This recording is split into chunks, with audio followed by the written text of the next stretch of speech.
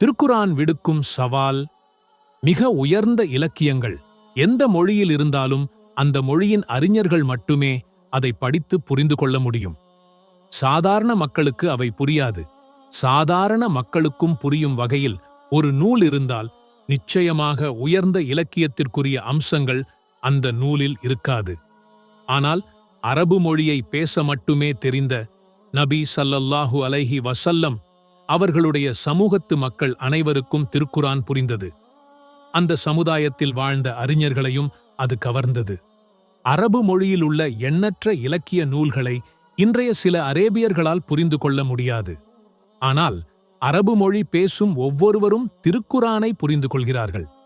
இவ்வாறு முரண்பாடு இல்லாமலும் மிக உயர்ந்த தரத்துடனும் சாதாரண மக்களுக்கும் புரியும் வகையிலும் எக்காலத்துக்கும் பொருந்தும் வகையிலும் திருக்குரான் அமைந்திருக்கிறது.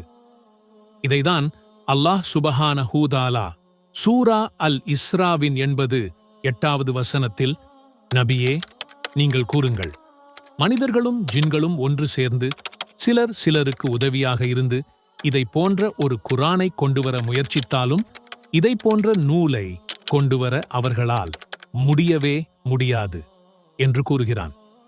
சுப்ஹானல்லாஹ்.